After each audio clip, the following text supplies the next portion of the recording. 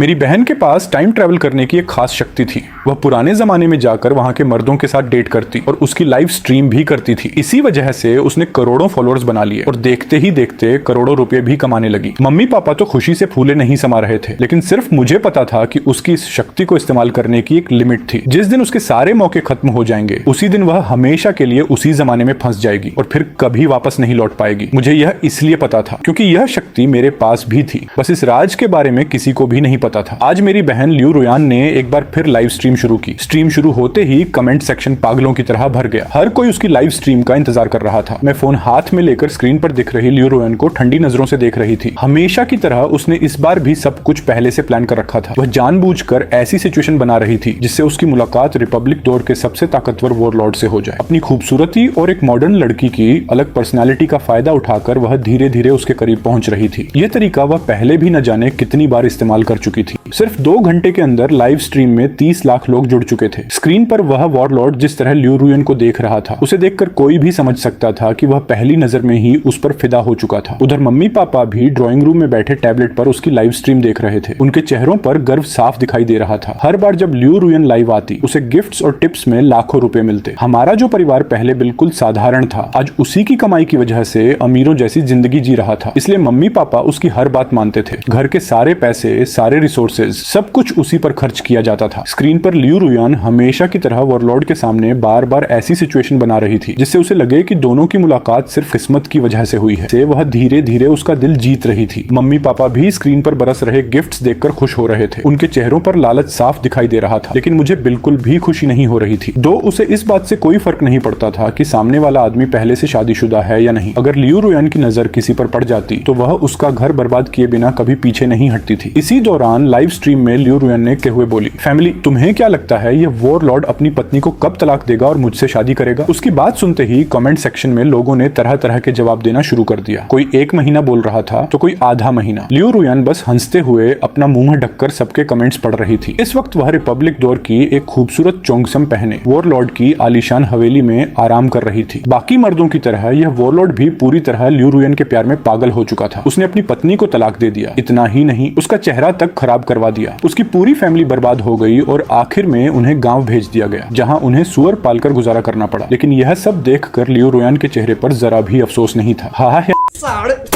पुराने जमाने की औरतें सच में कितनी बेवकूफ होती हैं। वो कभी भी मेरा मुकाबला नहीं कर सकती। वॉरलॉर्ड का दिल जीतना तो मेरे लिए बहुत आसान था। उसकी बात सुनकर लाइव स्ट्रीम का कमेंट सेक्शन उसकी तारीफों से भर गया। हालांकि बीच बीच में कुछ लोग यह भी लिख रहे थे कि वह दूसरों का घर तोड़ रही है और बहुत निर्दयी है। लेकिन ऐसे सारे कमेंट्स अगले ही पल उसके फैंस के कमेंट्स में दब गए, जैसे वो कभी थे ही नहीं। मैं यह सब चुपचाप देख रही थी और बेबसी में सिर हिला दिया। इस समय तक लियू रुयान और उस वॉरलॉर्ड की शादी की तैयारी भी लगभग पूरी हो चुकी थी। लेकिन तभी एक अंधेरी रात में लियू रुयान अचानक कैमरे की तरफ मुस्कुराई और बोली, ठीक है फैमिली, आज की रिपब्लिक एरा वाली रोमांस लाइव स्ट्रीम यहीं खत्म होती है। अगली बार किस दौर का रोमांस देखना चाहते हो वो कमेंट में जरूर बताना। जिस कमेंट पर सबसे ज्यादा लाइक्स होंगे अगली बार मैं वहीं जाऊंगी। इतना कहकर उसके शरीर से एक तेज रोशनी निकली। अगले ही पल वह रिपब्लिक दौर से सीधे वापस वर्तमान में लौट आई। उसके शरीर पर अभी भी वही चोंगसम था। हाथ में रंग बिरंगा पंखा था जिससे वह खुद को हवा कर रही थी। जैसे ही वह घर पहुंची, मम्मी पापा तुरंत उसके पास दौड़कर आ गए। साथ में तरह तरह के महंगे स्नैक्स भी उसकी टेबल पर सजाकर रख दी। लियू रुयान ने टेबल पर रखे स्नैक्स पर एक नजर डाली, फिर आराम से मिल्क टी का एक घूंट लिया। उसके होंठों पर घमंड भरी मुस्कान थी। साफ दिख रहा था कि वह अभी भी रिपब्लिक एरा की अपनी डेटिंग जर्नी के नशे में थी। मम्मी भी मुस्कुराते हुए उसके पास बैठी थी। घर में लियू रुयान की जिंदगी किसी रानी से कम नहीं थी, लेकिन मेरे साथ बिल्कुल उल्टा व्यवहार होता था। मुझे स्टोर रूम में रहने के लिए मजबूर किया गया था। घर की किसी भी चीज को इस्तेमाल करने की इजाजत नहीं थी। काफी समय से मम्मी पापा ने मुझे पॉकेट मनी तक देना बंद कर दिया था। उन्होंने मुझे घर से सिर्फ इसलिए नहीं निकाला था क्योंकि अगर लोगों को पता चल जाता कि करोड़ों फॉलोअर्स वाली इन्फ्लुएंसर अपनी ही बहन के साथ ऐसा व्यवहार करती है तो लियू रुयान की इमेज खराब हो जाती। उस वक्त मैं किचन में सब्जियां धो रही थी। तभी लियू रुयान ने मेरी तरफ उंगली करके कहा, मेरी बहन कहाँ है? उसे यहाँ बुलाओ। मम्मी तुरंत चिल्लाई, अरे लियू रुयान तुम्हें बुला रही है, जल्दी बाहर आ। क्या कान खराब हो गए हैं? उसे इंतजार मत करवा। मेरे हाथ अभी भी पानी से भीगे हुए थे। मैंने जल्दी से उन्हें पोंछा और भागकर बाहर आ गई। लियू रुयान सोफे पर पैर चढ़ाकर बैठी थी। उसने मुझे ऊपर से नीचे तक देखा। उसके चेहरे पर साफ नाखुशी थी। दीदी, आखिर तुम हमेशा मुझसे इतनी दूरी क्यों बनाकर रखती हो? मम्मी पापा तो हर दिन मेरा ख्याल रखते हैं, लेकिन सिर्फ तुम ही हमेशा ठंडा रवैया दिखाती हो। मैंने शांत होकर जवाब दिया, तुम कहना क्या चाहती हो? मम्मी पापा ने ही मुझे किचन में सब्जियां धोने के लिए भेजा था। लियू रुयान ने तिरस्कार से हंसते हुए कहा, तुम सच में बिल्कुल बेवकूफ हो। मैं तुम्हारी बहन हूँ, आज मैं इतनी फेमस हूँ, क्या तुम्हें मेरी तारीफ नहीं करनी चाहिए? अगर तुम मेरे साथ रहोगी तो क्या तुम्हारा कोई नुकसान हो जाएगा? मैंने दोनों हाथ कसकर भींच लिए। दिल में कितना भी गुस्सा था, फिर भी उसे दबाकर मैंने मुश्किल से कहा, मुझे बस तुम्हारी टाइम ट्रेवल वाली शक्ति से जलन होती है, बस इतना सुनना था। लियू रुयान ने तुरंत घमंड से नाक ऊपर उठा ली। हा, वो जोर से हंसने लगी। तुम जैसी गंवार भी टाइम ट्रेवल करना चाहती है? वो सपने देखना बंद कर दो। इतना कहकर उसने मेरी तरफ देखना भी बंद कर दिया और मैं चुपचाप वापस किचन में लौट गई। सब्जियां धोने के बाद मैंने पूरे घर की सफाई की, ऊपर से नीचे तक हर कमरा साफ किया। घर में मेरी हैसियत एक फ्री की फुल टाइम नौकरानी से ज्यादा कुछ भी नहीं थी। 4 रात होने के बाद मैं अपने स्टोर रूम में लौट आई। टेबल पर अलग अलग राजवंशों का इतिहास और पुराने एंशिएंट बुक्स रखी थी, जिन्हें मैंने खुद इकट्ठा किया था। यही मेरा सबसे बड़ा राज था। असल में लियू रुयान को एक बात बिल्कुल भी नहीं पता थी, मेरे पास भी टाइम ट्रेवल करने की शक्ति थी। बस मैंने यह बात कभी किसी को नहीं बताई, क्योंकि मुझे पता था कि जरूरत से ज्यादा नाम और शोहरत सिर्फ मुसीबतें लेकर आती हैं। इसलिए अपनी सुरक्षा के लिए मैंने इस शक्ति को हमेशा छिपा कर रखा। पहली बार जब मैंने टाइम ट्रेवल किया था तब मैं सीधे टेंग डायनेस्टी में पहुंची थी, लेकिन वहां मैंने कुछ भी नहीं किया। मैं सिर्फ वहां से तांबे के 2 पुराने सिक्के उठाकर वापस आ गई। वर्तमान में लौटने के बाद मैंने उन दोनों सिक्कों को एक एंटीक शॉप में बेच दिया। बदले में मुझे पूरे 30,000 यूएन मिले, लेकिन उसके बाद मैंने दोबारा कभी अपनी इस शक्ति का इस्तेमाल नहीं किया, क्योंकि एक एंशिएंट बुक पढ़ते समय मुझे पता चला था कि यह शक्ति पूरी जिंदगी में सिर्फ 30 बार ही इस्तेमाल की जा सकती है। और मेरे हिसाब से लियू रुयान अब तक अपनी शक्ति 29 बार इस्तेमाल कर चुकी थी। अगर उसने एक बार और टाइम ट्रेवल किया तो वह हमेशा के लिए उसी जमाने में फंस जाएगी और कभी वापस नहीं लौट पाएगी। इसी बात को लेकर मैं कई दिनों से सोच रही थी, क्या मुझे उसे सच बता देना चाहिए या फिर चुप ही रहना चाहिए। उसी रात मैं फलों की एक प्लेट लेकर लियू रुयान के कमरे की तरफ चली गई। कमरे के बाहर से ही उसकी लाइव स्ट्रीम की आवाज सुनाई दे रही थी। जैसे ही उसने मेरी आवाज सुनी, वो कैमरे की तरफ देखकर मुस्कुराई। ओह, मेरी बहन आ गई, आ जाओ अंदर। मैं फलों की प्लेट लेकर कमरे में चली गई। पूरा कमरा लग्जरी सामान से भरा पड़ा था। महंगे brand bags, limited edition shoes, designer dresses, imported cosmetics. इतना सामान था कि चलने तक की जगह मुश्किल से बची थी। इस वक्त लियू रुयान रेशम का महंगा नाइट गाउन पहने ड्रेसिंग टेबल के सामने बैठी थी। उसका फोन स्टैंड पर लगा हुआ था और लाइव स्ट्रीम अभी भी चालू थी। मैं चुपचाप उसके पास गई और फलों की प्लेट आगे बढ़ाई, लेकिन जैसे ही मैं उसके करीब पहुंची, उसने बिना कुछ कहे प्लेट को जोर से लात मार दी। फल पूरे फर्श पर बिखर गए। मेरी हालत देख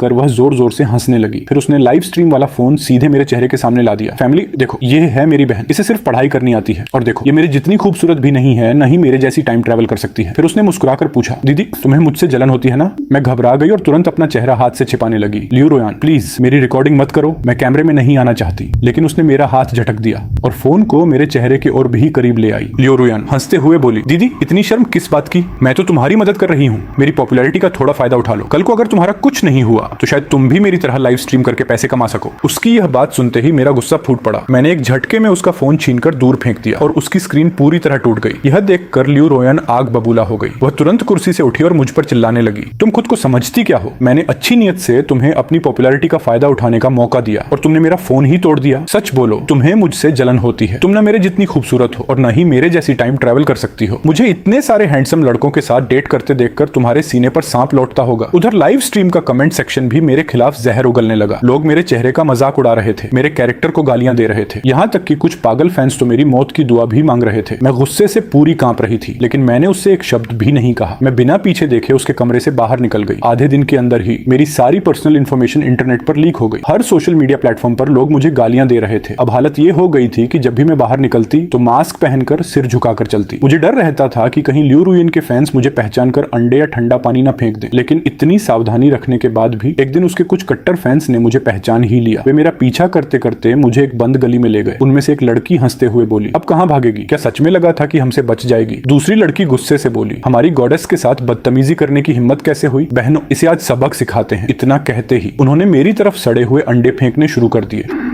मैं दीवार के कोने में सिकुड़ कर बैठ गई, दोनों हाथों से अपना सिर बचाने की कोशिश करती रही। काफी देर बाद जब उनके सारे अंडे खत्म हो गए तब जाकर वे वहां से चली गईं। ऐसे ही पूरा 1 महीना बीत गया। फिर एक दिन लियू रुयान ने ऐलान किया कि वह एक बार फिर पुराने जमाने में जाकर रोमांस लाइव स्ट्रीम करने वाली है। ये खबर सुनते ही पूरे इंटरनेट पर हंगामा मच गया। कुछ ही सेकंड में कमेंट सेक्शन लाखों कमेंट से भर गया। कई दिनों तक वोटिंग चलती रही और आखिर में सबसे ज्यादा लाइक्स जिस कमेंट को मिले वह था जिन डायनेस्टी। लियू रुयान ने सबसे ज्यादा लाइक्स वाला कमेंट देखा और हंस, अरे जिन जिन डायनेस्टी में तो मैं अभी तक गई ही नहीं हूँ। उस दौर की लव स्टोरीज मुझे बहुत पसंद है। मुझे हान जिकी और बूबू जिंगशिन जैसी कहानियां बहुत अच्छी लगती हैं। शायद इस बार भी मुझे कोई सुपर हैंडसम प्रिंस मिल जाए। मैं अपने चार्म से उसे पूरी तरह अपना दीवाना बना दूंगी और इस बार मैं थोड़ा ज्यादा समय वहीं रुकूंगी, इसलिए एक्स्ट्रा पावर बैंक्स भी साथ लेकर जा रही हूँ। जब वह मुझे ढूंढेगा और उसे पता चलेगा कि मैं अचानक गायब हो गई हूँ, तब उसके टूटे हुए चेहरे का एक्सप्रेशन देखने में कितना मजा आएगा। उसकी बात सुनकर लाइव स्ट्रीम में गिफ्ट्स की बरसात शुरू हो गई। कमेंट सेक्शन में हर कोई उसकी तारीफ कर रहा था। कोई उसे क्यूट बोल रहा था तो कोई फनी। मैं स्टोर रूम में चुपचाप फोन की स्क्रीन देख रही थी। मेरे चेहरे पर कोई भाव नहीं था, दिल पूरी तरह शांत था। उधर मम्मी पापा भी ड्राइंग रूम में बैठे बहुत खुश थे। उन्हें पूरा यकीन था कि इस बार की टाइम ट्रैवल लाइव स्ट्रीम पहले से भी ज्यादा पैसे कमा कर लाएगी। तब उनकी ऐशो आराम वाली जिंदगी हमेशा की तरह चलती रहेगी और रिश्तेदारों के सामने उनका रुतबा भी बना रहेगा। इसी बीच लियू रोयन ने लाइव स्ट्रीम में जिन डायनेस्टी के कपड़े पहन लिए, उसने अपने बाल बांधे, फिर कैमरे की तरफ एक फ्लाइंग किस दिया। अगले ही पल उसने अपनी टाइम ट्रैवल शक्ति का इस्तेमाल किया। जब वह जिन डायनेस्टी पहुंची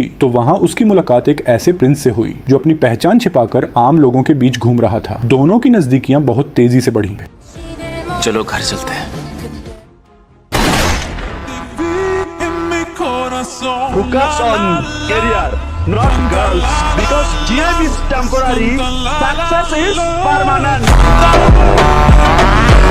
उधर मैंने भी अपनी सारी तैयारी पूरी कर ली। फिर मैंने भी टाइम ट्रैवल शुरू किया। सबसे पहले मैं जिन डायनेस्टी गई और वहां सिर्फ बंस बेचकर काफी पैसे कमा लिए। उसके बाद मैं टैंग डायनेस्टी पहुंची। वहां मैंने रोस्ट चिकन और रोस्ट डक के बदले ढेर सारे पुराने सिक्के ले लिए। फिर मैं सॉन्ग डायनेस्टी गई। इस बार मैंने ब्रेस्ड पोक के बदले हल्के से डिफेक्टिव सिरेमिक आर्टिफैक्ट्स इकट्ठा कर लिए। टाइम ट्रैवल खत्म होने के बाद मैंने इन सभी एंटीक चीजों को उस किराए के घर में छिपा कर रख दिया जिसे मैंने बहुत पहले ही सीक्रेट में किराए पर लिया था। फिर मैंने उन्हें एक एक करके बेचना शुरू किया। कुछ ही समय में मैंने पूरे 3 करोड़ यूएन जमा कर लिए। इसके बाद मैंने लियू रुइन की लाइव स्ट्रीम की रिप्ले देखी। तभी मुझे पता चला कि जिस प्रिंस के साथ वह रोमांस कर रही थी उसकी पहले से ही एक मेन वाइफ थी। लेकिन लियू रुइन ने हमेशा की तरह वही पुराना तरीका अपनाया। वह हर दिन प्रिंस के सामने मासूम बनने का नाटक करती, प्यार जताती और धीरे धीरे उसे अपनी मेन वाइफ को छोड़ने के लिए उकसाने लगी। लेकिन इस बार मामला पहले जैसा नहीं था। जिस मेन वाइफ से उसका सामना हुआ था वह शाही परिवार की सदस्य थी। इतना ही नहीं, उसका रिश्ता मौजूदा एम्प्रेस डोवेजर से भी काफी करीबी था। इसी वजह से चाहे लियू रुइन कितनी भी जिद करती, प्रिंस अपनी मेन वाइफ को तलाक देने की हिम्मत नहीं जुटा पा रहा था। कुछ दिन बाद लियू रुइन ने फिर से लाइव स्ट्रीम शुरू की। इस बार उसने कैमरा अपने सामने घुटनों के बल बैठी नौकरानियों की तरफ घुमा दिया। अचानक उसने बिना किसी वजह के एक नौकरानी को जोर से लात मार दी। बेचारी नौकरानी सीधे जमीन पर गिर गई।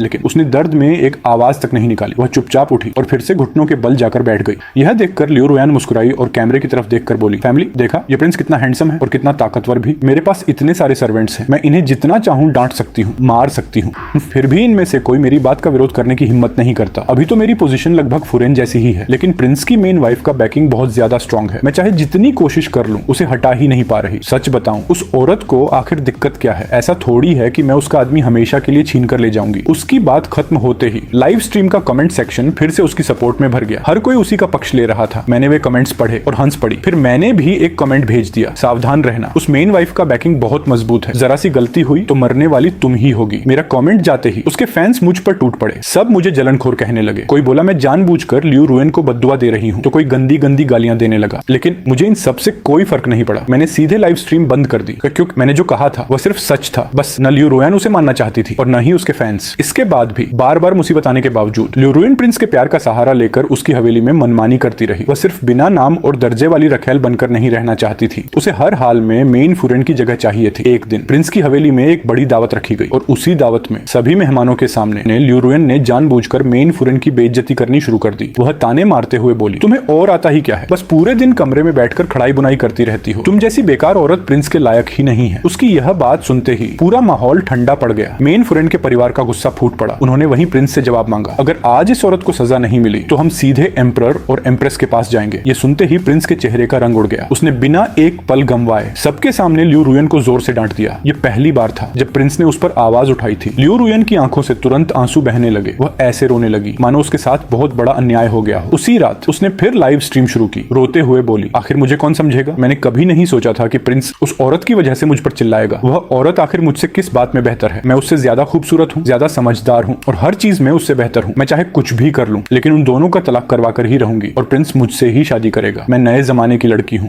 मैं किसी की दूसरी पत्नी बनकर कभी नहीं रहूंगी। उसकी बात खत्म होते ही लाइव स्ट्रीम का कमेंट सेक्शन फिर से उसकी तारीफों से भर गया। मैंने बिना कुछ बोले स्ट्रीम बंद कर दी और सो गई। अगले 15 दिनों तक मैंने अपनी टाइम ट्रेवल वाली शक्ति का एक बार भी इस्तेमाल नहीं किया, क्योंकि 100 में मेरे बैंक अकाउंट में जितने पैसे थे वो पूरी जिंदगी आराम से जीने के लिए काफी थे। इसके बाद मैंने मम्मी पापा से कहा कि मैं यह घर छोड़कर अलग रहना चाहती हूँ। ये सुनकर दोनों के चेहरे पर मुस्कान आ गई, लेकिन अगले ही पल वे हमेशा की तरह मेरा मजाक उड़ाने लगे। निकम्मी कहीं की, तुझे कोई काम करना आता भी है? चल जितनी जल्दी हो सके यहाँ से निकल। दिन भर बस उन बेकार किताबों में घुसी रहती है। घर का पैसा उड़ाने के अलावा तुझे आता ही क्या है? अपनी बहन को देख, हर दिन घर के लिए इतना पैसा कमा कर लाती है और एक तू है किसी काम की नहीं। मैंने उनकी आंखों में देखते हुए शांत आवाज में कहा, जब से मैं यूनिवर्सिटी गई हूँ तब से मैंने आप दोनों से 1 रुपया भी नहीं लिया। मेरी पूरी ट्यूशन फी और मेरा सारा खर्च मैंने खुद कमा कर भरा है और आज से हमारा रिश्ता भी खत्म। वैसे भी आप दोनों की नजरों में सिर्फ ल्यू रुयन ही आपकी बेटी है, मैं तो कभी थी ही नहीं। मेरी बात सुनते ही मम्मी पापा वहीं के वहीं जम गए। उन्हें शायद बिल्कुल उम्मीद नहीं थी कि हमेशा चुप रहने वाली मैं एक दिन खुद उनसे रिश्ता तोड़ने की बात कह दूंगी। जब उन्हें होश आया तो दोनों गुस्से से कांपने लगे। उन्होंने मेरी तरफ उंगली उठाई और जोर जोर से चिल्लाने लगे, अब तुझे अपने ही माँ बाप की कोई इज्जत नहीं रही? सच में तू बहुत एहसान फरामोश निकली, बाद में पछताना मत। आज के बाद इस घर से तुझे 1 रुपया भी नहीं मिलेगा, पूरी जिंदगी गरीब बनकर ही जीना। मैंने बस उनकी तरफ एक नजर डाली। उस पल इस घर से जुड़ी मेरी आखिरी उम्मीद भी हमेशा के लिए खत्म हो गई। ये आलीशान विला अब मेरे लिए सिर्फ ईंट और पत्थरों का ढेर, बस घर जैसा अपनापन कभी था ही नहीं। मैंने बिना पीछे देखे वह घर छोड़ दिया। उसके बाद मैंने अपने पैसों से कैश में एक छोटा सा घर खरीद लिया। घर ज्यादा बड़ा नहीं था, लेकिन पहली बार मुझे वहां सुकून मिलता था। मैंने 2 प्यारे प्यारे पपीज भी अडॉप्ट कर लिए। रोज अपने काम करती, क्लासेस अटेंड करती और नए बने दोस्तों के साथ शॉपिंग पर चली जाती। मेरी जिंदगी आखिरकार धीरे धीरे नॉर्मल होने लगी। उधर ल्यू रुयन की तरफ से भी एक बड़ी खबर आई। लाइव स्ट्रीम में उसने बड़े घमंड से ऐलान किया, फैमिली,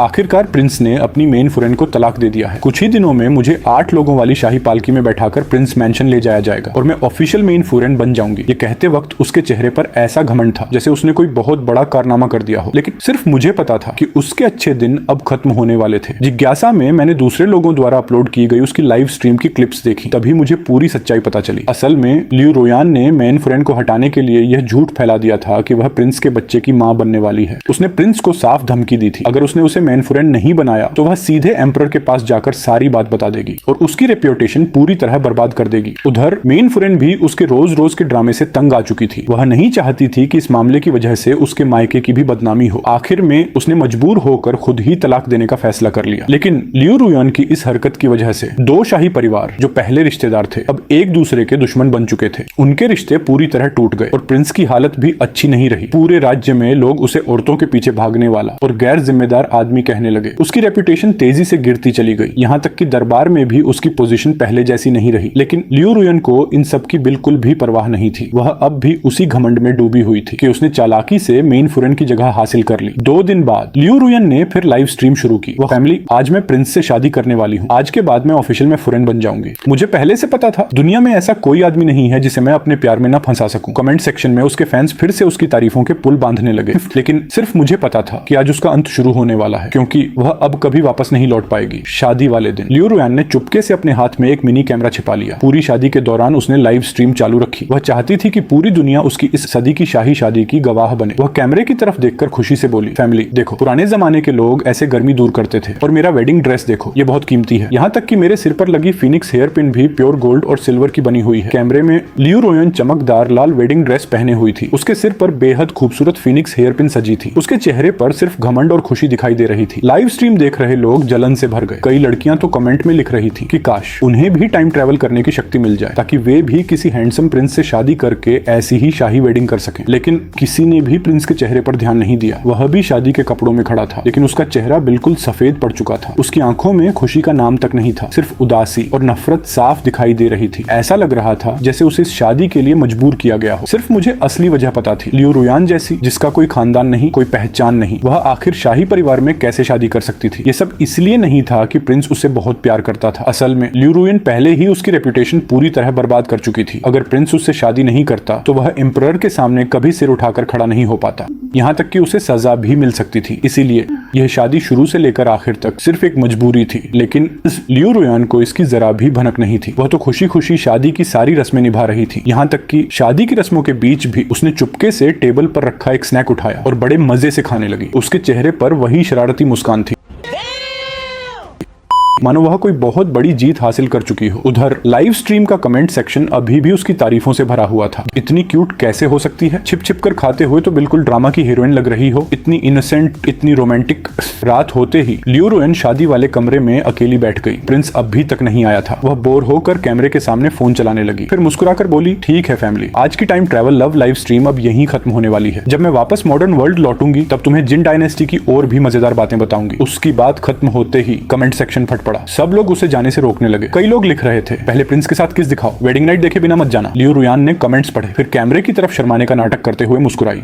ठीक है, सिर्फ तुम लोगों के लिए। उसके चेहरे पर पूरा भरोसा था। उसे बिल्कुल भी अंदाजा नहीं था कि अगले ही पल उसकी जिंदगी पूरी तरह बदलने वाली है। कुछ देर बाद धड़म, कमरे का दरवाजा जोर से खुला। प्रिंस लड़खड़ाते हुए अंदर आया। उसके पूरे शरीर से शराब की तेज बदबू आ रही थी। उसने बिस्तर पर बैठी लियो रुयान की तरफ देखा और बिना कुछ बोले उसका घूंघट खींचकर हटा दिया। लियो रुयान अभी शर्माने का नाटक करने ही वाली थी कि तभी चटाक, प्रिंस ने पूरी ताकत से उसके चेहरे पर एक जोरदार थप्पड़ मार दिया। लियो रुयान पूरी तरह सुन्न रह गई। उसने अपना गाल पकड़ लिया और अविश्वास से प्रिंस को देखने लगी, लेकिन प्रिंस की आंखें खून से लाल थीं। उसका चेहरा गुस्से से भरा हुआ था। अगले ही पल छटाक, उसने एक और थप्पड़ मार दिया, इस बार पहले से भी ज्यादा जोर से। प्रिंस दहाड़ते हुए बोला, तुम्हारी हिम्मत कैसे हुई मेरी और श्याओ की रेप्यूटेशन बर्बाद करने की? तुम्हें पता है आज पूरी राजधानी मेरी पीठ पीछे मेरा मजाक उड़ा रही है। तुम्हारी वजह से आज मैं अपने पिता एम्परर के सामने सिर तक नहीं उठा पा रहा हूँ। यह सुनते ही लियो रुयन की आंखों से आंसू बहने लगे। वह गुस्से और घबराहट में चिल्लाई, इससे मेरा क्या लेना देना? जो कुछ हुआ वह तुमने खुद किया है। फिर उसने ठंडे स्वर में कहा, छोड़ो, अब मेरा तुम्हारे साथ खेलने का मन नहीं है। इतना कहकर उसने तुरंत अपना हाथ उठाया और हमेशा की तरह टाइम ट्रेवल करके वापस मॉडर्न वर्ल्ड लौटने की कोशिश की, लेकिन इस बार कुछ भी नहीं हुआ। हर बार दिखाई देने वाली वह चमकदार सफेद रोशनी इस बार बिल्कुल भी नहीं आई। न कोई पोर्टल खुला, न टाइम ट्रेवल हुआ, न ही उसके सामने कुछ बदला। चारों तरफ सिर्फ सन्नाटा था। लियो रुयान वहीं खड़ी की खड़ी रह गई। उसके चेहरे से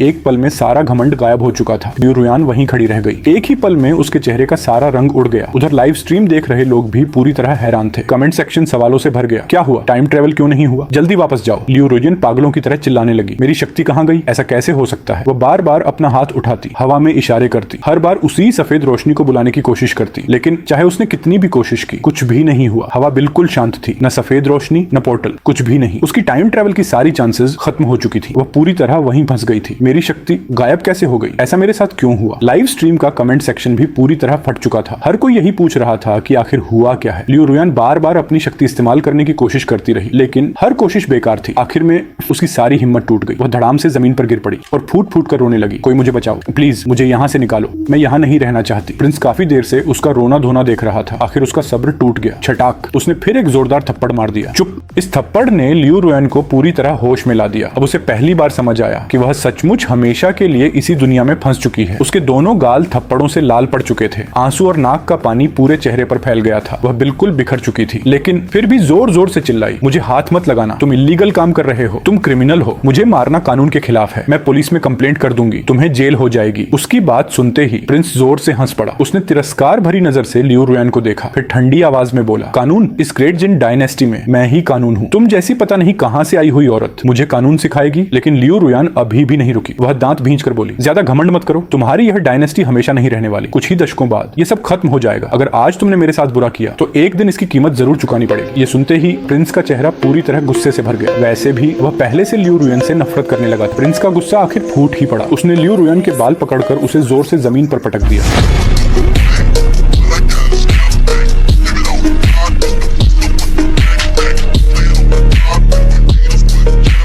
फिर गुस्से में चिल्लाया, पागल औरत, हमारी ग्रेट जिन डायनेस्टी को बदुआ देने की हिम्मत कैसे हुई? लगता है तुम्हें अपनी जान की कोई परवाह नहीं रही। आज तुम्हें ऐसी सजा दूंगा कि जिंदगी भर याद रखोगी। इतना कहकर उसने तुरंत अपने सर्वेंट्स को आदेश दिया, इसे वुड शेड में बंद कर दो, न खाना देना न पानी, दिन में सिर्फ एक कटोरी पानी देना ताकि जिंदा रहे और अपने किए पर पछताए। कुछ ही देर में लियो रुयन को अंधेरे और ठंडे वुड शेड में बंद कर दिया गया। चारों तरफ धूल ही धूल थी। जगह जगह कीड़े रेंग रहे थे। जो लड़की कल तक रेशमी कपड़ों और ऐशो आराम में रहती थी, वह एक ही रात में नरक जैसी जगह पर पहुंच चुकी थी। वह कोने में सिकुड़ कर बैठी थी। चेहरा आंसुओं से भीगा हुआ था। आंखों में अब कोई घमंड नहीं बचा था, बस पूरी तरह निराशा थी। उसने कांपते हुए अपने हाथ में पकड़े फोन को देखा। अब वही फोन उसकी आखिरी उम्मीद बन चुका था। वो कैमरे की तरफ देखकर फूट फूट कर रोने लगी। फैमिली, कोई मुझे बचा लो, प्लीज मुझे यहाँ से निकाल लो। मेरी टाइम ट्रेवल वाली शक्ति अचानक काम करना बंद कर चुकी है। कोई मुझे वापस ले चलो। मैं इस डायनेस्टी में नहीं रहना चाहती। मुझे मॉडर्न वर्ल्ड वापस जाना है। मुझे घर जाना है। अब जाकर उसे अपनी असली हालत का एहसास हुआ था। वह लाइव स्ट्रीम में मौजूद लाखों लोगों से मदद की भीख मांग रही थी, लेकिन स्क्रीन के उस पार बैठे लोग सिर्फ दर्शक थे। वे दूसरी दुनिया में बैठे थे, दो अलग अलग समय, दो अलग अलग दुनिया। वे चाहकर भी उसकी कोई मदद नहीं कर सकते थे। उसे ढूंढना तो दूर, उस तक पहुंचना भी नामुमकिन था। इस तरह लाइव स्ट्रीम वाला वही फोन उसका आखिरी सहारा बन गया, और यही एक सबूत भी था कि वह कभी मॉडर्न वर्ल्ड से आई थी। अब कमेंट सेक्शन का माहौल भी बदल चुका था। पहले की तरह अंधी तारीफें नहीं हो रही थी। कुछ लोग उसकी हालत देखकर दुख जता रहे थे, उसे हिम्मत रखने के लिए बोल रहे थे। कुछ लोग कह रहे थे ये उसी के कर्मों का फल है, जो दूसरों के घर तोड़ेगा उसका यही अंजाम होगा। और कुछ अब भी इसे सिर्फ एक तमाशा समझकर मजे ले रहे थे। उन्हें इस बात का बिल्कुल एहसास नहीं था कि लियू रुयन सचमुच हमेशा के लिए उस दुनिया में फंस चुकी थी। लियू रुयन काफी देर तक कमेंट सेक्शन पढ़ती रही, लेकिन उसे एक भी ऐसा कमेंट नहीं मिला जो सच में उसकी मदद कर सके। गुस्से में उसका मन किया कि फोन को वहीं पटक कर तोड़ दे, लेकिन आखिर में उसने फोन को और भी कसकर पकड़ लिया, क्योंकि अब यही उसकी आखिरी उम्मीद थी। उसने लाइव स्ट्रीम बंद नहीं की। कांपते हुए हाथों से उसने मम्मी पापा का नंबर मिलाया। फोन लगते ही वह रोते हुए बोली, पापा मम्मी अब मैं क्या करूं, मैं यहाँ फंस गई हूँ, मैं वापस नहीं जा पा रही, प्लीज मुझे बचा लो, कोई ना कोई तरीका जरूर होगा, मैं यहाँ नहीं रहना चाहती, मैं उस पुराने जमाने के आदमी की पत्नी बनकर नहीं रह सकती, मुझे बहुत डर लग रहा है। फोन के दूसरी तरफ पापा की आवाज आई, शांत हो जाओ लियू रुयन, पहले खुद को संभालो, मैं जरूर कोई रास्ता ढूंढूंगा, बस थोड़ा इंतजार करो। पापा की आवाज भले ही शांत थी, लेकिन तभी मम्मी की आवाज सुनाई दी, अब जब तुम वापस आ ही नहीं सकती तो इस मौके का फायदा क्यों नहीं उठाती, लाइव स्ट्रीम अच्छे से करो, लोगों से ज्यादा इंटरेक्शन करो, उन्हें ज्यादा गिफ्ट्स भेजने दो, हम और ज्यादा अमीर बन जाएंगे, फिर जब तुम वापस आओगी तो इससे भी बड़ा विला खरीद लेंगे। मम्मी की यह बात सुनते ही लियू रुयन का चेहरा पूरी तरह बदल गया। उसे यकीन ही नहीं हो रहा था, वह इतनी बड़ी मुसीबत में फंसी हुई थी और उसकी अपनी माँ को अब भी सिर्फ गिफ्ट्स और पैसों की पड़ी थी। वह गुस्से से कांपने लगी, रोते हुए चिल्लाई, मम्मी इस वक्त भी आपको सिर्फ पैसों की चिंता है क्या? आपको मेरी बिल्कुल भी फिक्र नहीं है? अगर मैं कभी वापस ही नहीं आ सकी तो मुझे बहुत डर लग रहा है, मुझे घर जाना है। वह फोन पर लगातार रोती रही, लेकिन अगले ही पल फोन से सिर्फ बीप बीप बीप की आवाज आने लगी। मम्मी पापा उसका नंबर ब्लॉक कर चुके थे, अब उसके पास मुझसे मदद मांगने के अलावा कोई रास्ता नहीं बचा था। कांपते हुए हाथों से उसने मेरा नंबर मिलाया। इस बार उसकी आवाज में पहली बार घमंड नहीं बल्कि विनती थी, दीदी हम दोनों बहनें हैं, अगर मेरे पास टाइम ट्रैवल की शक्ति है तो तुम्हारे पास भी जरूर होगी, है ना? प्लीज एक बार यहाँ आ जाओ, मुझे अपने साथ वापस ले चलो, मैं सच में यहाँ नहीं रहना चाहती, यहाँ के लोग बहुत डरावने हैं, मुझे बहुत डर लग रहा है। मैं कुछ पल चुप रही, फिर शांत आवाज में बोली, हर बार जब तुम पुराने जमाने में गई तुमने किसी न किसी परिवार की जिंदगी बर्बाद की थी। 15 हर बार जब तुम पुराने जमाने में गई तुमने किसी न किसी का घर बर्बाद किया। क्या तुमने कभी सोचा था कि एक दिन तुम्हारा भी यही अंजाम होगा? और हंस पड़ी।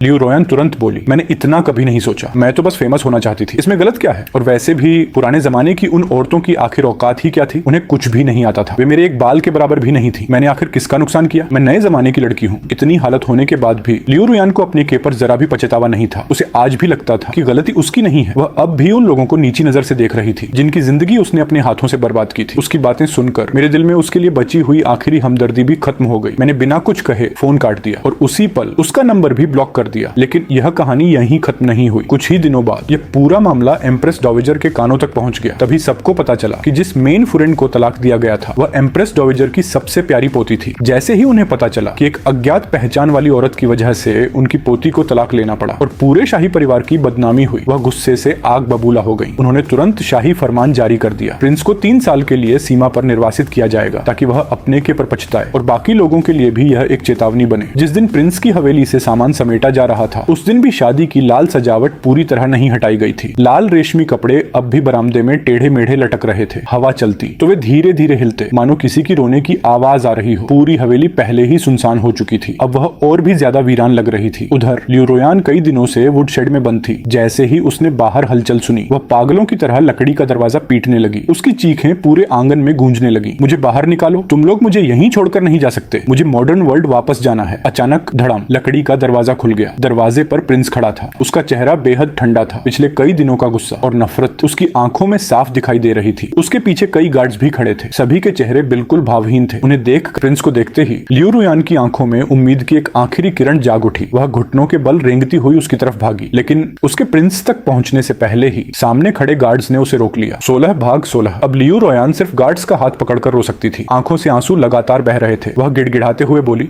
मुझे भी अपने साथ ले चलो, मुझे यहाँ अकेला मत छोड़ो, मुझसे गलती हो गई, मैं आगे से कभी कोई परेशानी नहीं करूंगी, मुझे बॉर्डर पर भी ले जाओ तो चलेगा, मैं नौकर की तरह तुम्हारी सेवा करूंगी, बस मुझे यहाँ अकेला मत छोड़ो। प्रिंस धीरे धीरे उसके सामने आकर खड़ा हो गया। वह ऊपर से उसे ठंडी नजरों से देख रहा था। उसकी आंखों में सिर्फ नफरत थी। उसने हाथ उठाकर गार्ड्स को पीछे हटने का इशारा किया, फिर बर्फ जैसी ठंडी आवाज में बोला, तुम्हें साथ ले जाऊं? लियू रुयन, तुम इसके लायक भी नहीं हो। लियू रुयन पूरी तरह सुन्न पड़ गई। उसकी आवाज भी गले में अटक गई। कुछ सेकंड बाद वह पागलों की तरह चिल्लाने लगी, क्यों? मैं इसके लायक क्यों नहीं हूँ? तुमने ही तो कहा था कि तुम मुझसे प्यार करते हो, तुमने ही अपनी मेन वाइफ को छोड़ दिया, तुमने तुमने कहा था कि पूरी जिंदगी मेरी रक्षा करोगे। प्रिंस यह सुनकर जोर से हंस पड़ा, जैसे उसने दुनिया का सबसे बड़ा मजाक सुन लिया हो। अगले ही पल उसने पूरी ताकत से लियू रुयन के सीने पर लात मार दी। धड़ाम।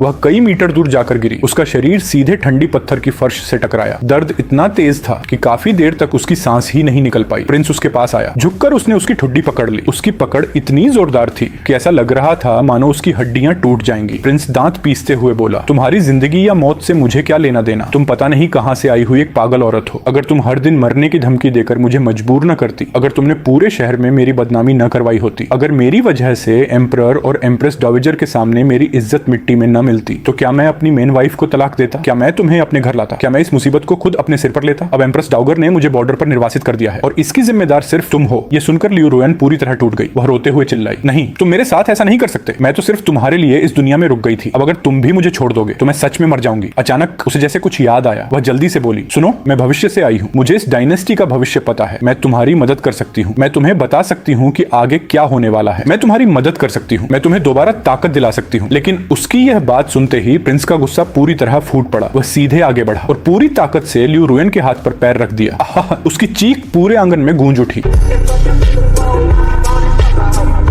हाथ की पीठ पर तुरंत खून का गहरा निशान उभर आया। दर्द से उसका पूरा शरीर कांपने लगा। प्रिंस की आंखें खून की तरह लाल हो चुकी थीं। माथे की नसें साफ उभर आई थीं। वह दहाड़ते हुए बोला, पागल औरत, मरते दम तक बकवास करती रहेगी। हमारी ग्रेट जिन डायनेस्टी के पतन की बात करने की हिम्मत कैसे हुई? लगता है सच में जीने से ऊब गई हो। अगर आज तुम एक दिन के लिए भी मेरी मेन फ्रेंड न बनी होती तो मैं अब भी तुम्हें घसीट कर टुकड़े टुकड़े करवा देता, ताकि बाकी लोगों के लिए भी सबक बन जाती। लेकिन लियू रुयन अब भी हार मानने को तैयार नहीं थी। वह दर्द सहते हुए चिल्लाई, ज्यादा घमंड मत करो। जिन डायनेस्टी एक दिन जरूर खत्म होगी। कुछ ही दशकों बाद ये सब बदल जाएगा। तुम जैसे पुरानी सोच वाले लोग एक दिन इतिहास बन जाओगे। आज तुम मुझे छोड़कर जा रहे हो, लेकिन एक दिन तुम ही मेरे पीछे पीछे भागोगे। प्रिंस ने उसकी बात सुनकर सिर्फ ठंडी हंसी हंसी। उसके लिए लियू रुयन अब पूरी तरह पागल हो चुकी थी। कुछ पल बाद वह ठंडी आवाज में बोला, मैं ये हवेली तुम्हारे लिए छोड़कर जा रहा हूँ, लेकिन इसे कोई एहसान मत समझना। ये तुम्हारी सजा है। यहीं अकेली रहो। इस सुनसान हवेली की रखवाली करो। हर दिन अकेलापन झेलो। हर दिन निराशा महसूस करो और वही दर्द सहो जो तुमने दूसरों को दिया था। फिर उसकी नजर लियू रुयन के हाथ में पकड़े फोन पर गई। वह तिरस्कार से बोला, तुम्हें अपनी यह चमकती हुई चीज बहुत पसंद है ना? अच्छा है, अब पूरी जिंदगी इसी के साथ खेलते रहना। इतना कहकर प्रिंस ने एक बार भी पीछे मुड़कर नहीं देखा। वह सीधे बाहर निकल गया। फिर उसने गार्ड्स को आदेश दिया, इसे वापस वुड शेड में फेंक दो। जी। गार्ड्स तुरंत आगे बढ़े। उन्होंने जमीन पर पड़ी लियू रुयन को पकड़कर घसीटा और वापस वुड शेड में फेंक दिया। धड़ाम। लकड़ी का दरवाजा जोर से बंद हो गया। लियू रुयन दरवाजे से लिपटकर जोर जोर से रोने लगी। वह लगातार प्रिंस का नाम पुकार रही थी, बार बार चिल्ला रही थी, मुझे वापस मॉडर्न वर्ल्ड जाना है, मुझे यहाँ से निकालो। लेकिन उसे जवाब में सिर्फ बाहर से सामान उठाने की आवाजें सुनाई दे रही थी। सर्वेंट्स हवेली खाली कर रहे थे। थोड़ी देर बाद घोड़ों के टापों की आवाज भी धीरे धीरे दूर होती चली गई। उसने कांपते हुए अपने हाथ में पकड़े फोन की तरफ देखा। लाइव स्ट्रीम अभी भी चालू थी, लेकिन अब वहां पहले जैसी भीड़ नहीं थी। पूरी स्ट्रीम में बस कुछ ही लोग बचे थे और कमेंट सेक्शन में भी उसके लिए सिर्फ मजाक और ताने ही बचे थे। शुरुआत में लियू रुयन को प्रिंस की हवेली में थोड़ा बहुत खाना मिल जाता था, लेकिन समय बीतने के साथ वह भी पूरी तरह बंद हो गया। अब उसकी हालत इतनी खराब हो चुकी थी कि बरसात का जमा हुआ पानी पीकर अपनी प्यास बुझाती थी। जो लड़की कभी महंगे गहने पहनती थी, आज उसके वही हेयर एक्सेसरीज टूटकर बिखर चुके थे। उन पर मिट्टी और काई जम चुकी थी। उसके बाल पूरी तरह उलझ चुके थे। सूखी घास की तरह बिखरे हुए बाल, गंदगी से सना चेहरा और फैला हुआ मेकअप उसकी पहले वाली खूबसूरती का नामोनिशान भी नहीं बचा।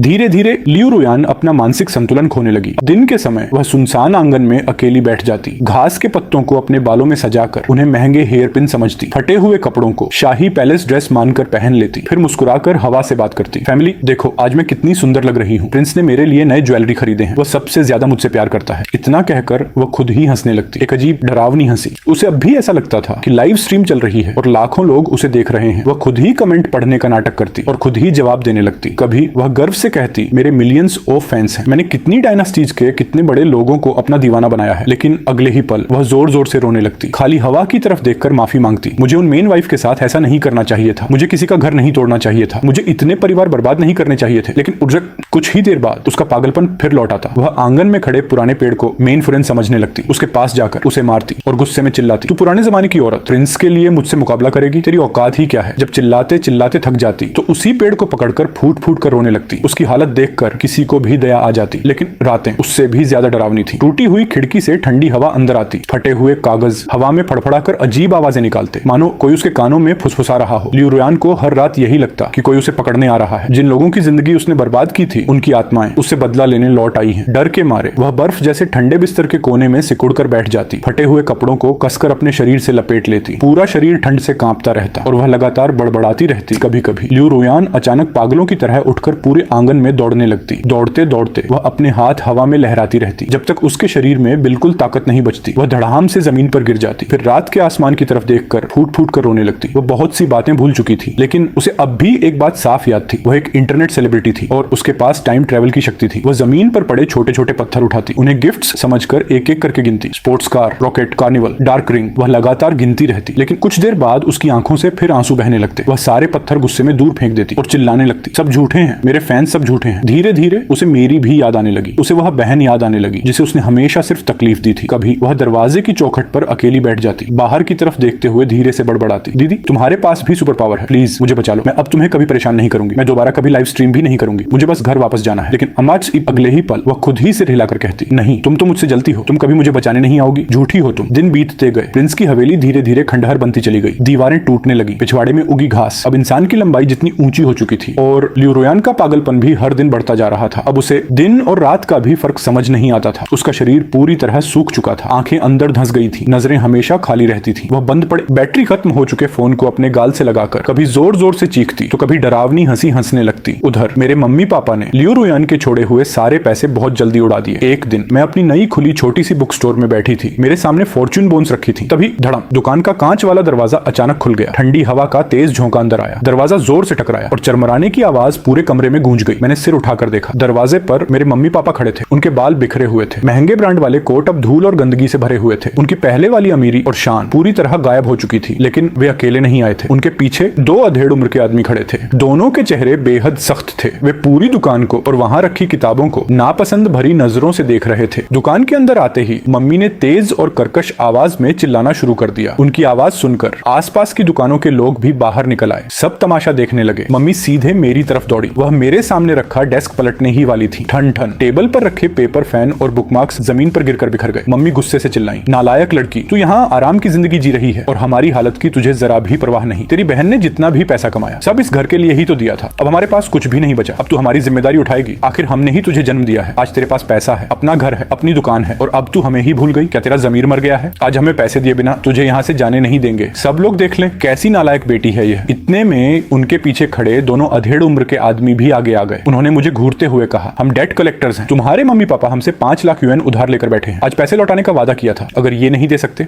तो तुम इनके बदले पैसे दो, वरना हम यही दुकान तोड़ देंगे। अब फैसला तुम्हारा है। उन तीनों को देखकर मेरे चेहरे पर कोई डर नहीं आया। मेरे दिल में बस ठंडापन रह गया था। मैंने शांत आवाज में कहा, जब तुम लोग लियू रुयान को सिर पर बिठाकर रखते थे तब मैं तुम्हारे लिए घास से भी कम थी। तुमने मुझे स्टोर रूम में बंद किया, मेरी यूनिवर्सिटी की फीस बंद कर दी, मेरे रहने खाने तक का खर्चा रोक दिया और आज जब तुम्हें मेरी जरूरत पड़ गई तब तुम्हें अपनी वही बेकार बेटी याद आ गई। इतना कहकर मैं धीरे धीरे उनके सामने जाकर खड़ी हो गई और ठंडी नजरों से उन्हें देखते हुए बोली, मैं पहले भी कह चुकी हूँ, जिस दिन मैंने यूनिवर्सिटी में एडमिशन लिया था उस दिन के बाद से मैंने तुम लोगों का एक पैसा भी खर्च नहीं किया। आज मेरे पास जो कुछ भी है वह मैंने अपनी मेहनत से कमाया है। उसका तुम लोगों से या लियू रुयान से कोई लेना देना नहीं है। मेरी बात सुनते ही पापा का गुस्सा फूट पड़ा। उन्होंने हाथ उठाकर मुझे थप्पड़ मारने की कोशिश की, लेकिन मैं एक कदम पीछे हट गई। धड़ाम, उनका हाथ सीधे डेस्क पर जा लगा। दर्द से उनका चेहरा बिगड़ गया। टेबल पर रखा अपना फोन उठाया। मैंने वह चैट रिकॉर्ड खोला जिस दिन मैंने उनसे सारे रिश्ते तोड़ दिए थे। उसके बाद मैंने पिछले कई सालों की अपनी कमाई और खुद के खर्चों की सभी ट्रांसफर रिसीप्ट्स भी निकाल ली। मैंने फोन उनके सामने रखते हुए कहा, ध्यान से देख लो, ये मेरी फर्स्ट ईयर से लेकर आज तक की पूरी इनकम का रिकॉर्ड है। बताओ इनमें से कौन सा पैसा लियू रुयान का है? तुम लोगों ने तो उसके पैसों से लग्जरी कार्स खरीदी, महंगे लग्जरी प्रोडक्ट्स खरीदे,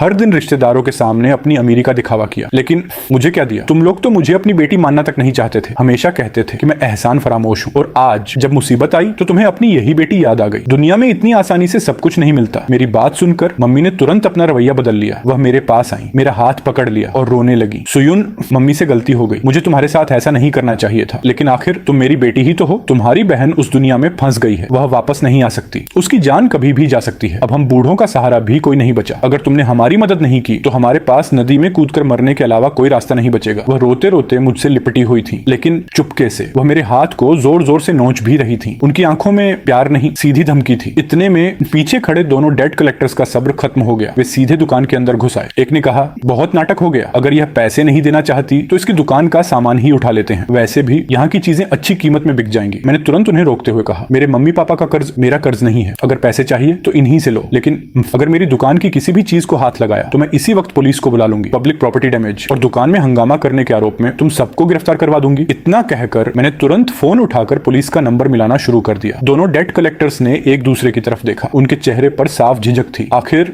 ये शहर का बीचों बीच इलाका था, अगर पुलिस आ जाती तो उन्हें कुछ भी हासिल नहीं होने वाला था। यह देखकर पापा खुद ही गुस्से में आगे बढ़ गए। उन्होंने सीधे शेल्फ पर रखा सामान उठाना शुरू कर दिया। वह चिल्लाए, अगर ये लोग नहीं लेंगे तो मैं खुद ले जाऊंगा, ये सब हमारे घर का सामान है, मैं चाहूं तो सब उठा सकता हूं। लेकिन उसी उनका हाथ किसी चीज तक पहुंचता उससे पहले ही मैंने उनकी कलाई पकड़ ली। मैंने इतनी जोर से दबाया कि वह दर्द से चीख उठे। मैंने उनकी आंखों में देखते हुए कहा, यह सामान मेरी मेहनत का है, तुम्हारे घर का नहीं। जिस दिन तुम लोगों ने मुझे घर से निकाल दिया था और मुझसे सारे रिश्ते तोड़ दिए थे, उसी दिन हमारे बीच हर रिश्ता हमेशा के लिए खत्म हो गया। मैंने शांत आवाज में कहा, तुम लोगों ने मुझे जन्म दिया, इस एहसान को मैं कभी नहीं भूलूंगी, लेकिन इन सालों में तुमने मेरे साथ जो कुछ किया उसने उस एहसान का हिसाब बराबर कर दिया। आज या तो तुम लोग अपनी मर्जी से यहाँ से चले जाओ या फिर मैं पुलिस को बुलाकर तुम्हें यहाँ से हटवाऊंगी। मम्मी ने देखा कि उनकी भावुक बातें अब मुझ पर असर नहीं कर रही। अगले ही पल वह जमीन पर बैठ गई, अपनी जांघें पीट पीट कर जोर जोर से रोने लगी। हाय राम, कैसी नालायक बेटी पैदा हुई है, थोड़े से पैसे क्या आ गए, अपनी जड़ें ही भूल गई। भगवान, अब तू ही इंसाफ कर। उनकी जोर जोर की चीखें सुनकर सड़क पर भीड़ इकट्ठी होने लगी। कुछ लोग मेरी तरफ उंगली उठाकर बातें करने लगे, कुछ धीरे धीरे फुसफुसा रहे थे, देखो कैसी बेटी है, अपने मम्मी पापा की मदद तक नहीं कर रही। लेकिन मुझे इन बातों से कोई फर्क नहीं पड़ा। मैं सीधे दुकान के बाहर गई और वहां खड़े लोगों से बोली, सभी लोग ध्यान से सुनिए, मेरे मम्मी पापा ने अपनी छोटी बेटी को इतना सिर पर चढ़ाया कि उसने पूरे परिवार की जिंदगी बर्बाद कर दी। उन्होंने उसके कमाए हुए सारे पैसे उड़ा दिए। अब जब उन पर भारी कर्ज चढ़ गया है तो वे मुझसे उस बड़ी बेटी से पैसे मांग रहे हैं जिसे उन्होंने खुद घर से निकाल दिया था। आज मेरे पास जो कुछ भी है वह मैंने अपनी मेहनत से कमाया है। इन लोगों ने मुझे कभी एक पैसा तक नहीं दिया। अब आप लोग ही फैसला कीजिए, क्या मुझे इनका कर्ज चुकाना चाहिए? इतना कहकर मैंने अपने फोन के सारे सबूत सबके सामने दिखा दिए।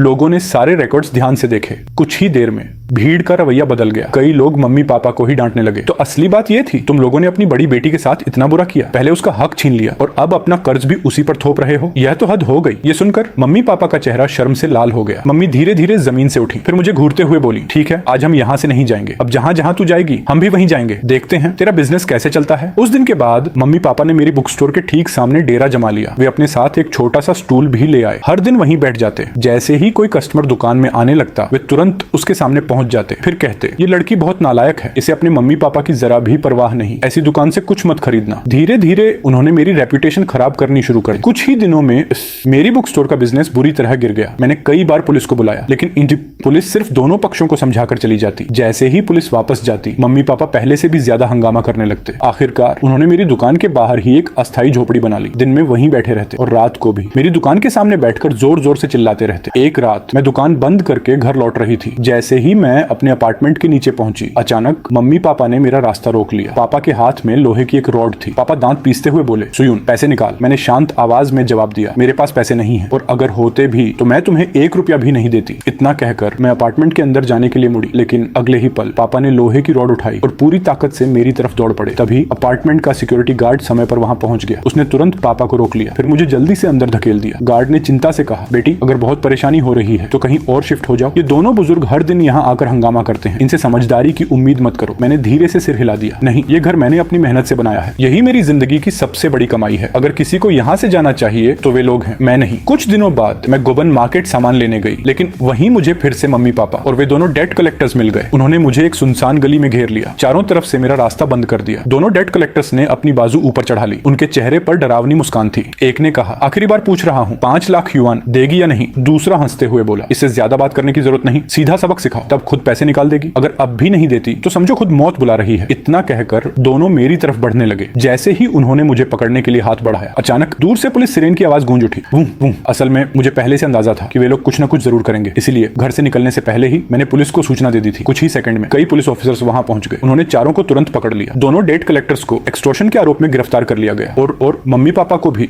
हंगामा करने और धमकी देने के आरोप में पुलिस स्टेशन ले जाया गया। लेकिन वहां पहुंचने के बाद भी उन्हें अपनी गलती का जरा भी एहसास नहीं था। वे पुलिस के सामने भी रो रो कर यही कहते रहे, ये हमारी नालायक बेटी है, इसे हमारे जीने मरने की कोई परवाह नहीं। मैंने चुपचाप अपने सारे सबूत पुलिस के सामने रख दिए। सारे रिकॉर्ड्स देखने के बाद फिर उन्होंने मम्मी पापा से कहा, आपकी बेटी ने साफ सबूत दिए हैं कि कई सालों तक आप दोनों ने अपने माता पिता होने की जिम्मेदारियां पूरी ही नहीं की। पुलिस स्टेशन से बाहर आने के बाद कुछ दिनों तक मम्मी पापा बिल्कुल शांत रहे, लेकिन ये ज्यादा दिनों तक नहीं चला। कुछ ही समय बाद वे सीधे मेरी यूनिवर्सिटी यूनिवर्सिटी पहुंच गए। उस समय मैं क्लास में थी, तभी अचानक काउंसलर ने मुझे बाहर बुलाया। उन्होंने गंभीर आवाज में कहा, तुम्हारे मम्मी पापा स्कूल गेट के बाहर रो रो कर हंगामा कर रहे हैं। वे कह रहे हैं कि तुम नालायक बेटी हो, जल्दी जाकर मामला संभालो। मैं तुरंत गेट की तरफ गई। वहां पहुंचते ही मैंने देखा मम्मी पापा जमीन पर घुटनों के बल बैठे हुए थे। उनके सामने एक बड़ा सा बैनर रखा था जिस पर लिखा था, नालायक बेटी सुयुन अपने मम्मी पापा के जीने मरने की बिल्कुल परवाह नहीं करती। गेट के बाहर स्टूडेंट्स और टीचर्स की भीड़ जमा हो चुकी थी। चारों तरफ बस फुसफुसाहट ही फुसफुसाहट थी, क्योंकि लियू रुयान वाला मामला पहले ही इंटरनेट पर काफी वायरल हो चुका था। बहुत से लोग जानते थे कि उसकी एक बड़ी बहन भी है। इसीलिए यह सब देखकर ज्यादातर लोगों को यही लगा कि मैं सच में एक नालायक बेटी हूँ। मैं धीरे धीरे उनके सामने जाकर खड़ी हो गई और ठंडी आवाज में बोली, उठ जाइए, यहाँ तमाशा मत कीजिए। लेकिन मम्मी तुरंत रोते हुए भीड़ की तरफ मुड़ गई। सभी लोग देखिए, यही हमारी बेटी है। आज इसके पास पैसा है, नाम है, लेकिन हमें एक वक्त का खाना तक नहीं देती। हम दोनों बूढ़ों का अब कोई सहारा नहीं बचा, इसीलिए हमें यहाँ आकर इंसाफ मांगना पड़ा है। मैंने उनकी बात खत्म होने का इंतजार किया, फिर शांत आवाज में कहा, ठीक है, अगर आज यहाँ इंसाफ की बात हो ही रही है तो फिर खुलकर बात करते हैं। आखिर इंसाफ होता क्या है? जिस दिन आपने मुझे घर से निकाल दिया, मेरी यूनिवर्सिटी की फीस देना बंद कर दी, मुझे स्टोर रूम में बंद करके जानवरों जैसी जिंदगी जीने पर मजबूर किया, क्या वह इंसाफ था? जब आपने लियू रुयान के ऊपर बिना सोचे समझे लाखों खर्च कर दिए लेकिन मुझे 1 रुपया तक नहीं दिया, क्या वह इंसाफ था? और अब जब आपके पास कोई रास्ता नहीं बचा तो आप मुझ पर दबाव डाल रहे हैं, क्या यही आपका इंसाफ है? इतना कहकर मैंने अपना फोन निकाला और कुछ दिन पहले की ऑडियो रिकॉर्डिंग चला दी। उसमें साफ सुनाई दे रहा था कि बुक स्टोर के सामने मम्मी पापा मुझे कैसे गालियां दे रहे थे, कैसे मुझे मारने की धमकी दे रहे थे और कैसे डेट कलेक्टर्स के साथ मिलकर मुझसे जबरदस्ती पैसे वसूलने की योजना बना रहे थे। रिकॉर्डिंग खत्म होते ही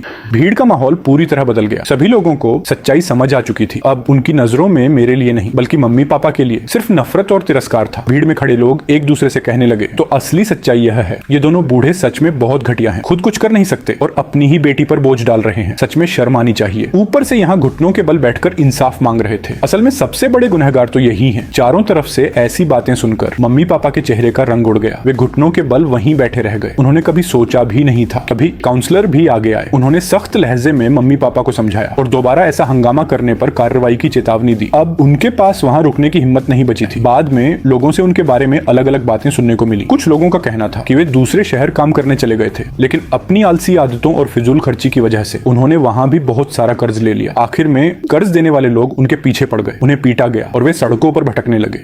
कि वे वापस अपने गांव लौट गए, लेकिन गांव के रिश्तेदारों को भी उनके सारे कारनामों का पता चल चुका, इसलिए किसी ने भी उन्हें अपने घर में जगह नहीं दी। आखिरकार उन्हें कूड़ा बीनकर गुजारा करना पड़ा। उनके बारे में आखिरी खबर मुझे करीब 6 महीने बाद मिली। गांव के एक रिश्तेदार ने मुझे फोन किया। उसने बताया, तुम्हारे पापा को लंबे समय तक कुपोषण और जरूरत से ज्यादा शराब पीने की वजह से स्ट्रोक आ गया है। अब वे बिस्तर से उठ भी नहीं सकते। तुम्हारी मम्मी दिन में उनकी देखभाल करती है और बाकी समय कूड़ा बीनकर किसी तरह गुजारा करती है। अगर हो सके तो एक बार आकर उनसे मिल लो या थोड़े पैसे ही भेज दो। मैं काफी देर तक चुपचाप फोन हाथ में पकड़े रही। आखिर में मैंने साफ मना कर दिया। मैंने सिर्फ इतना कहा, जिस दिन मैंने उनसे सारे रिश्ते तोड़ दिए थे उसी दिन से उनकी जिंदगी मेरी जिम्मेदारी नहीं रही। इतना कहकर मैंने सिर्फ उस रिश्तेदार का नहीं बल्कि गांव के बाकी सभी रिश्तेदारों का भी नंबर ब्लॉक कर दिया। उस दिन के बाद मुझे अपने मम्मी पापा के बारे में फिर कभी कोई खबर नहीं मिली।